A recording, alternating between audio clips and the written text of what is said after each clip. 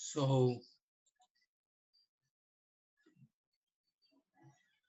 good morning, friends. Okay, um, now let us discuss uh, the new topics we had started last time. We are talking about the uh, different schools of economics. We have started with the basis of the schools of economics. Okay, um, we said how these different schools of economic thought process have helped or influencing the policies of different nations across the world. That's very important. Hence, they have what we can say is they had a powerful or profound impact on the way in which policies have taken, which we can say even now this thought process in one or other form, probably a mixed format, influence the policy initiatives in various countries across the world. We said that economic thought process has a long history, starting from the Mesopotamian era to the what do you say in India? We talk about Kautilya's Arthashastra, and various from Aristotle and others have followed it.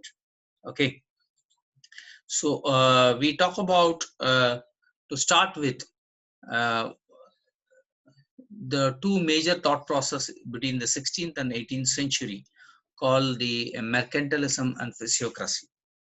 And from there, slowly the economic thought process or ideas, or what we can call the ideologies, have started shaping in. Okay, so let us start with one.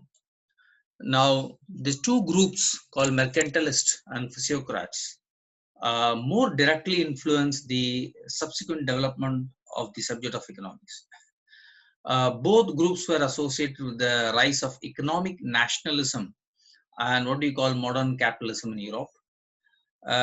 Mercantilism was an economic doctrine that flourished from 16th to 18th century.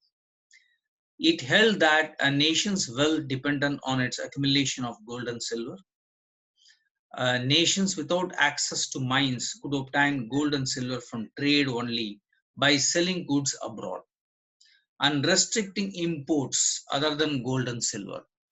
See how it focused on acquiring more and gold and silver. Okay, and more of promotion of exports trade, but discouraging imports so that you can have a balance of trade surplus. This doctrine called for importing cheap raw materials to be used in manufacturing goods which could be exported. And for the state regulation, see, very interesting. We talk about closed economy with more government rule or open economy with more free market in today's case. But here is a case, the mercantilists propose for a huge open economy, especially for exports. However, restriction of imports, but high state regulation to import protective tariffs on foreign manufactured goods and prohibit manufacturing, okay, in the colonies.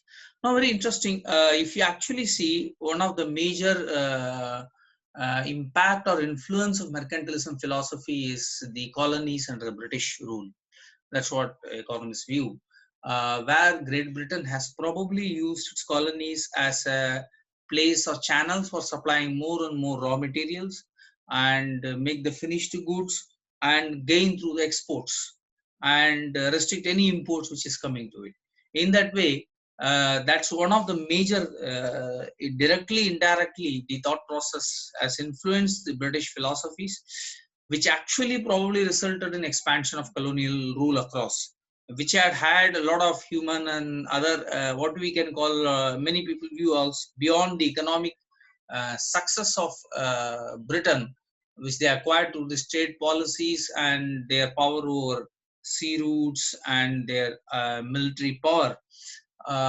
It has caused a lot of a negative impact on nations or colonies it has ruled. That's one of the major things. However, we'll confine to the economic ideology here. So as we see how mercantilist philosophies have come to impact, influence the colonialism principle. Okay. Um, Thus, mercantilism is an economic policy that is designed to maximize the exports and minimize the imports of an economy. It promotes, as they say, imperialism, yeah, colonialism, tariffs and subsidies on traded goods to achieve that goal. The policy aims to reduce a possible current account deficit because it encourages export, discourages imports, or reach a current account surplus, and includes measures aimed at accumulating monetary reserves like gold and silver, because that was a major wealth that time, by a positive balance of trade, especially of finished goods. Historically, such policies frequently led to war and motivated colonial expansion. Mercantilist theory varies in degree of sophistication from one writer to another writer, philosopher, and has evolved over a period of time. So here we see a case of one ideology or idea of economics, how it has influenced the um, policy initiatives of colonialism. Okay, we'll again meet and discuss the next idea or ideology. Okay, thank you.